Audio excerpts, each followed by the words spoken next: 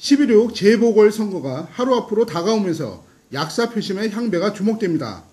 특히 정치적 상징성이 큰 서울시장과 부산 동구청장 선거가 박빙 양상을 보이면서 약사들의 표 결집이 어디로 쏠릴지 관심거리입니다.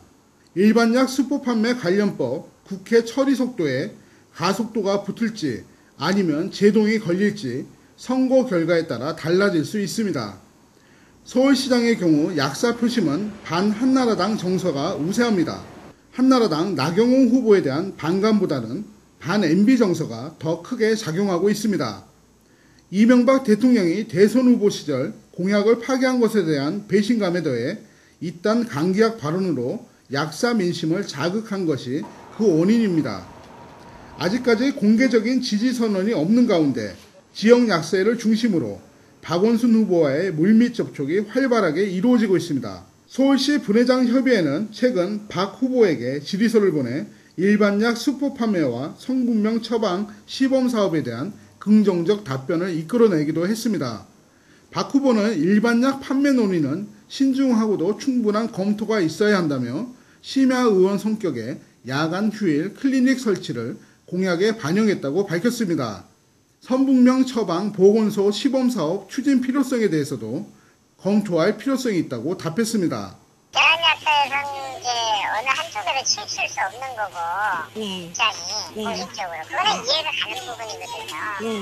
그거는 근데 이제 밑바닥 정서는 어떻게 이거를 발휘할 건가는 고민을 해봐야 되지 않냐. 표면적으로 약사 표심이 박 후보로 기운 듯 보입니다.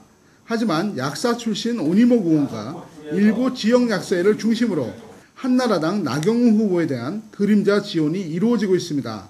약사사회 내부에서도 한나라당을 도와주는 모양새가 필요하다는 의견이 개진되는 등 양비론도 존재합니다.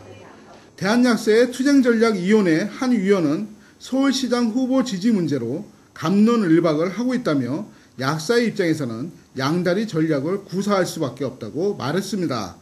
특정 후보 지지가 자칫 실패할 경우 그 후폭풍을 경계해야 한다는 목소리입니다. 11.6 보선의 또 하나의 빅 이벤트인 부산 동구청장 선거도 주목받고 있습니다.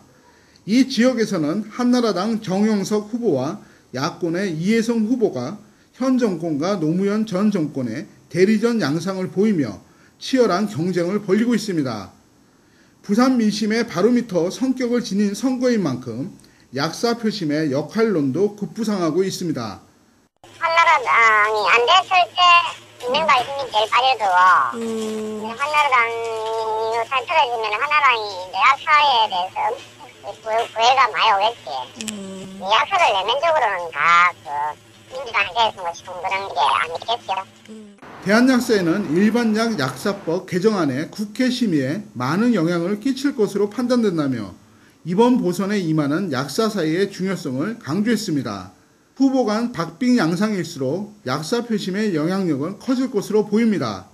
26일 어떤 후보가 당선되느냐에 따라 약사법 개정안의 처리 속도의 윤곽도 나올 전망입니다. 데일리팝 뉴스 정우정입니다.